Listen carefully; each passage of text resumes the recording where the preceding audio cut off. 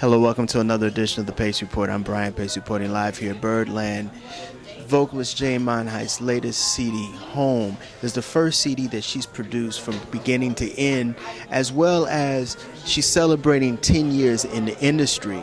In addition to becoming a mother, the two-time Grammy Award nominee continues to pay tribute to the Great American Songbook.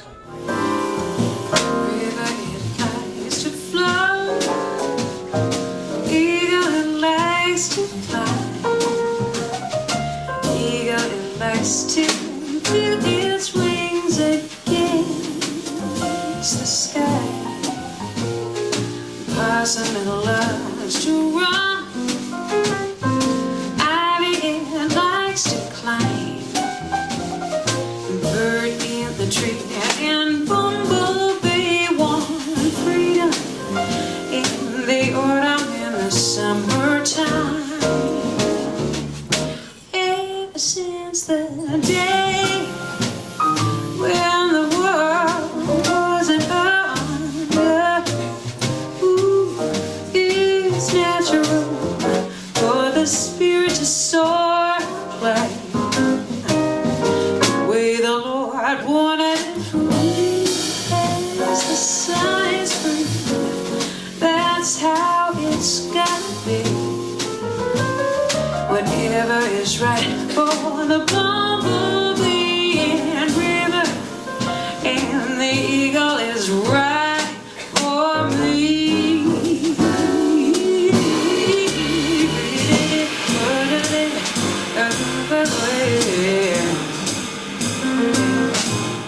Home, this is your first CD that you've produced, and also this is like a decade in the industry. How do you feel so far? I feel so settled, to a point where my husband and I were actually talking about it. Musically, on stage, off stage, with everything in our work, we feel like we've kind of been through it, experienced a whole lot, learned from it, and finally settled down into exactly where we're supposed to be. It's amazing. And I didn't even plan it. It just sort of happened in the 10th year with this record, and it all came together. It's sort of a really beautiful thing. The material on this record is pretty kind of low-key. I mean, you still stay to the whole American Songbook and standards, but what is different about this record versus all your other CDs, other than the fact that you produced this? Well, the major difference is that it's absolutely realistic in every way. You know, one of the really great things about going into the studio is you can make all this magic happen that doesn't happen in real life every day. Orchestras and, you know, special guests and doubling my voice and adding background vocals and all of these things that are really fun to do. But it's not stuff that we can replicate on stage.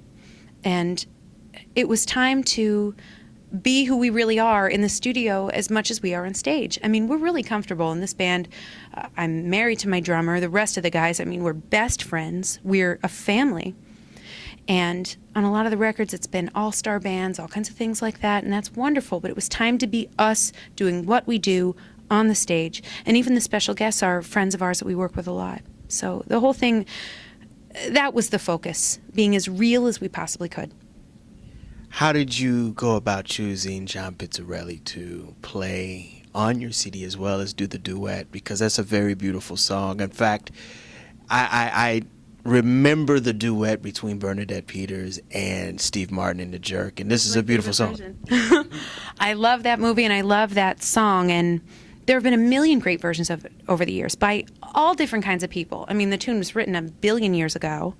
I mean, The Bird and the Bee covered that tune. I mean, everyone's covered it. And I've known for a long time that I wanted to do it with John. He and I work together a lot, although we haven't done anything on a record. We do a lot of shows together. I've opened for him about 7,000 times. We've sung together live. And we did Legends of Jazz on PBS together, which was really, really wonderful. And I think people like us together, you know, and I love singing with John. I'm a big fan of his anyway. He's amazing. He's a consummate performer. Not only is he brilliant, but he's one of the funniest people I know. For so many reasons, I really look up to him.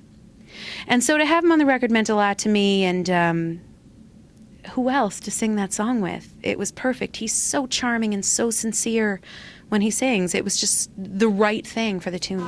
The foot, the ground, the flesh and the bone, the feet of the world, I say shall stone.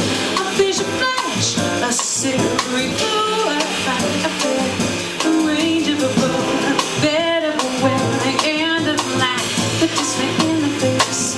It's a fire, a spear, a strike, a point, a nail, a drop, the end of the tail, a triple of pressure, someone in night, the shine of a gun in the dead of night. It's a good, it's a rhyme, it's a coax, the mumps, the plan of a house, the body of it, and the fire, the dust, is a mud, oh no, the feel, I find the way, of talk, the promise is swing, and the river big toes, the waters and Mars, it's the promise of life, it's the joy in your heart.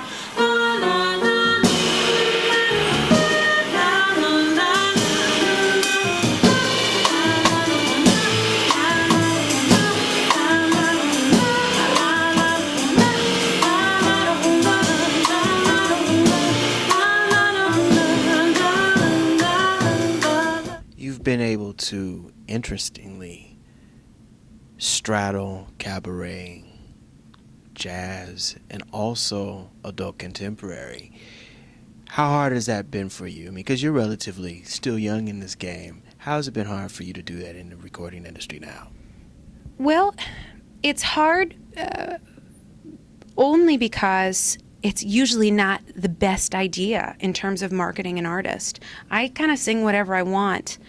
And it's had its drawbacks because it's difficult to pigeonhole me. And generally, when an artist sticks to one thing that they're really strong at and they forge ahead with it, it works, and they, gain acceptance in that area, and they become successful, and it's great. But I haven't worried so much about that. I've just kind of sung all the different things that I liked. And it's been great because I've still been accepted doing that. But it's rare that I focus on one thing with a project. I mean, there's tons of Brazilian music. There's the pop covers. There's the stuff that's more Broadway. I come from so many different influences, and I can't ignore them. So this album is actually the first one in a while where I really stuck to one thing, which was a different move for me, for real.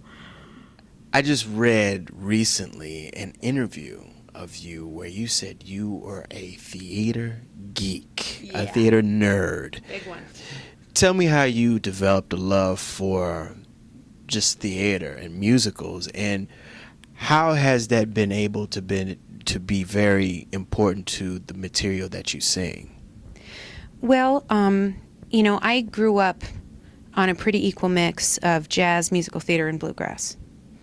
My mother was in theater. Her parents are so knowledgeable about jazz, it's unbelievable. The record collection at their house, I mean, it was just a constant education for me growing up because they helped to raise me. And then I got the theatrical side of things from my mother, and bluegrass is a whole different story. I considered going into it, but that's another story.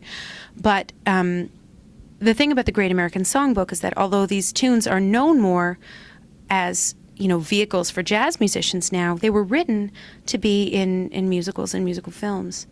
So both the interpretations are important to me. I grew up on both things. I'd hear the Fred Astaire version of a tune and the Ella Fitzgerald version of a tune side by side. And so in this band, we try to honor both things. Obviously, we're jazz musicians, and we're swinging, and that's the instrumentation, and that's what we're doing, and we're improvising, and all of that is there. But we go back to the original changes, written by the songwriter, long before they were altered by jazz musicians for soloing and all of that kind of stuff. We look at original lyrics, extra lyrics, verses. We try to really see the whole picture of a tune. It's important to me to honor the composer's original intention, as well as honor the decades of evolution, of each song. It's all of equal importance to us in this band.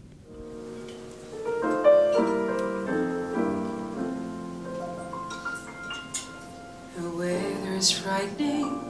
The thunder and lightning seem to be having their way. But as far as I'm concerned, it's a lovely day. The change in the weather will keep us together, so I can honestly say that as far as I'm concerned, it's a lovely day, and everything's okay.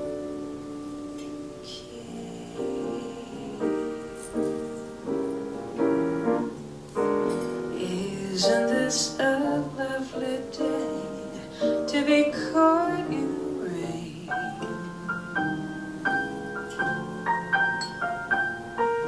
You were headed on your way, now you've got to remain.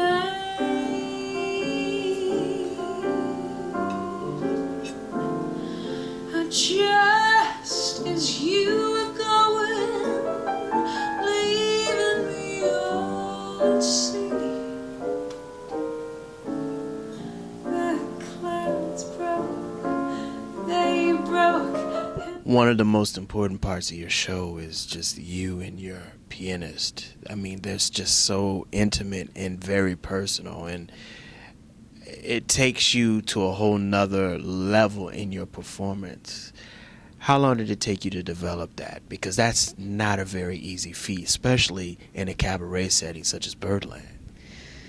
Well, with Michael and I, it was kind of instantaneous. We've been together a long time, and we're really, really close friends. And of course, that really lends itself to the music. But it's funny. We were kind of set up on a blind musical date years ago, before I started making records, long before, when I was just playing gigs around New York, which I started doing at like 17, you know. We had a lot of friends in common, friends that played with me at restaurants around town and everything. And they'd been telling me forever, you have to play with Michael, you have to play with Michael Caine, and it's going to be magic. And they were all telling him, you got to play with Jane, you got to play with Jane. So finally on a gig, I swear it was at the Red Eye Grill, they set us up, you know, made me bring Michael on the gig and played some duets, and we were just like, really? Okay, forever. We're just doing this now. This is it, you and me, and we're doing this. I mean, it was just instant magic, and it gets better all the time. And we're able to keep this certain vibe alive that's so beautiful. You know, like the records Ella made with Ellis Larkins, some of my favorite stuff ever. This beautiful classic piano voice thing coming from a very traditional place. And that very much inspires what we do every day. That'll do it again for another edition of the Pace Report. I'm Brian Pace, reporting live here at Birdland. I'd like to personally thank Jane for her time, as well as the staff here at Birdland. As always, please visit my website, www.thepacereport.com, for my weekly column, as well as my past segments. Until next time, remember, if it's in the groove, it'll make you move. Peace. Ever since the day when the world wasn't under, it's natural for the spirit to soar and play the way the Lord wanted it for me. As the sun is free, that's how it's gotta be. Whatever is right for the blind.